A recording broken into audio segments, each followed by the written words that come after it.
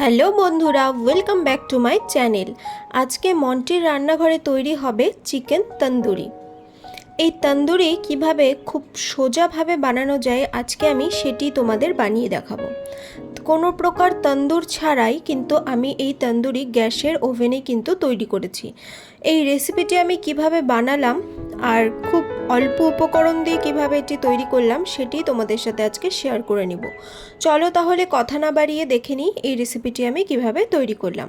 রেসিপিটি বানানোর জন্য এখানে আমি 500 গ্রামের থেকে একটু কম চিকেন নিয়ে নিয়েছি।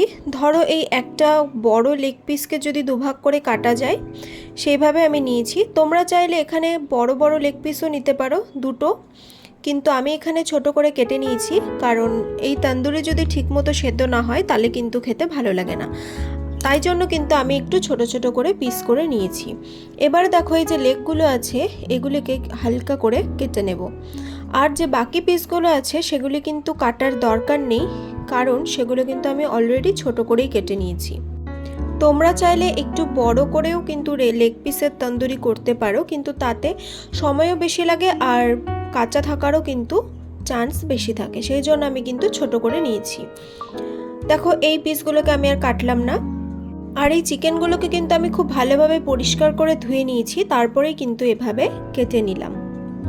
এবারে এর মধ্যে দিয়ে দেব এই একটা লেবুর অর্ধেকটা, প্রায় ওই ধরো 1 টেবিল স্পুন মতো হবে লেবুর রস।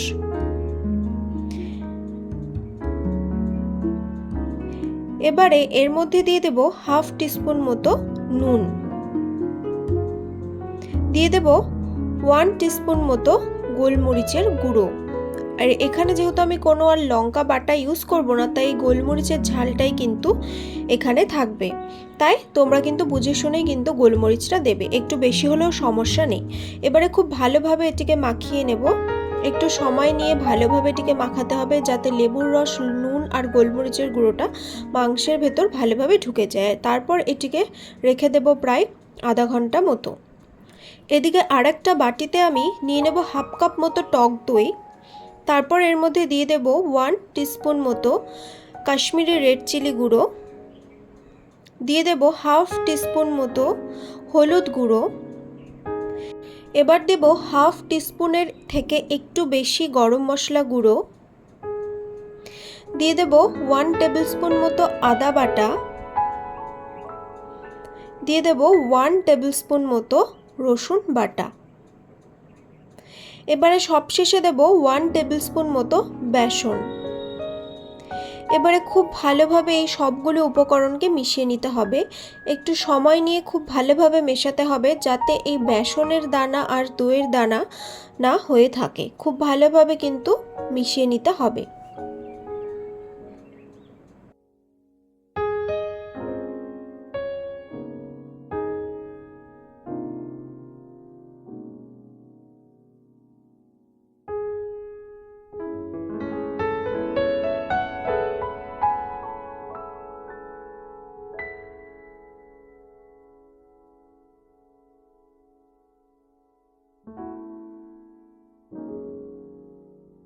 খুব ভালোভাবে মিশিয়ে নেওয়ার পর এর মধ্যে আমি দিয়ে দেব সেই ম্যারিনেট করে রাখা চিকেনটিকে।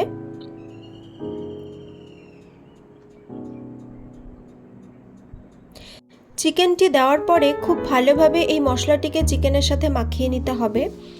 এখানে আমি চামচ ইউজ করলাম না, তা দিয়ে কিন্তু খুব ভালোভাবে মাখানো যেত না, তাই আমি কিন্তু হাত ইউজ করলাম। খুব ভালোভাবে কিন্তু মাখিয়ে নিতে হবে, যাতে এই মশলাটি চিকেনের মধ্যে ভালোভাবে ঢুকে যায়।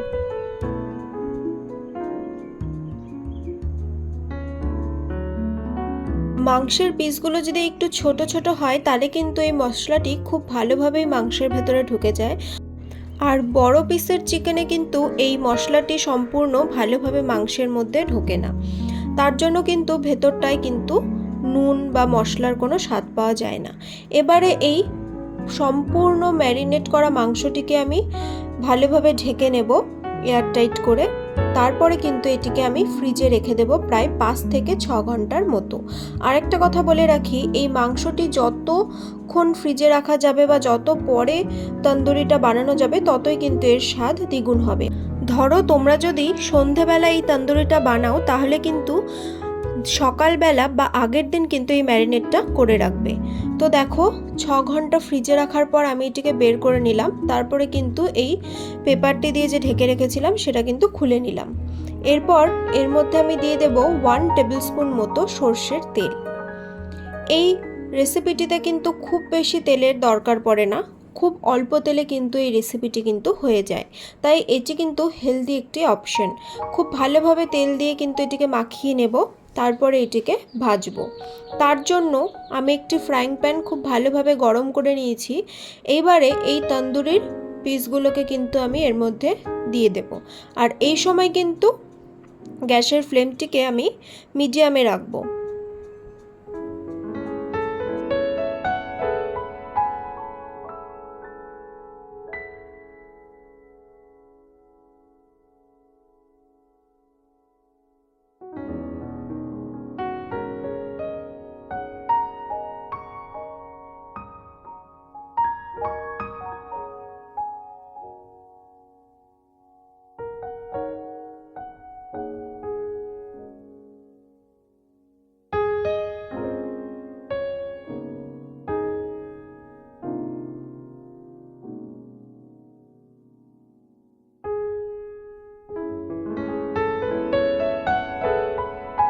তন্দুরিগুলো দিয়ে দেওয়ার পর যে মশলাটি থাকবে সেটিও কিন্তু ওপর দিয়ে একটু মাখিয়ে দিতে পারো।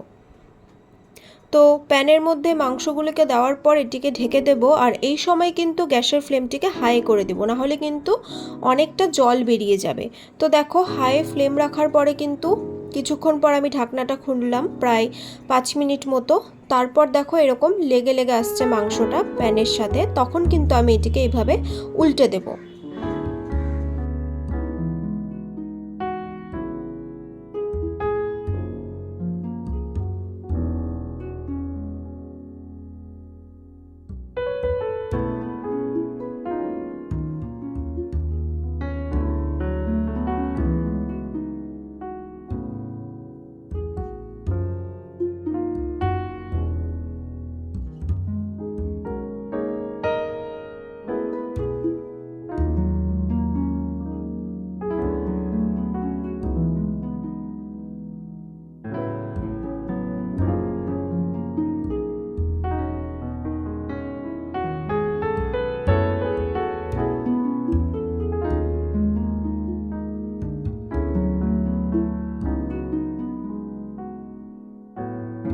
এবার একটা বাটারের কিউব, সামান্য, খুব সামান্য বাটার নিয়ে কিন্তু আমি এই মাংসগুলোর ওপরে বাটারটিকে মাখিয়ে দেব।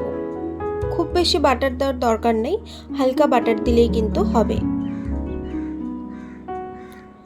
মাখিয়ে দেওয়ার পর এটিকে আরেকটু এপিট ওপিট করে ভেজে নেব। তারপর এটিকে সাইডে রেখে এক একটা পিস মাংস নিয়ে এরকম গ্যাসের ফ্লেমের উপর এটিকে ভালোভাবে পুড়িয়ে নেব। তোমরা চাইলে রুটি সেকার যে স্ট্যান্ড থাকে তার উপরেও কিন্তু এটিকে পুড়িয়ে নিতে পারো রেখে।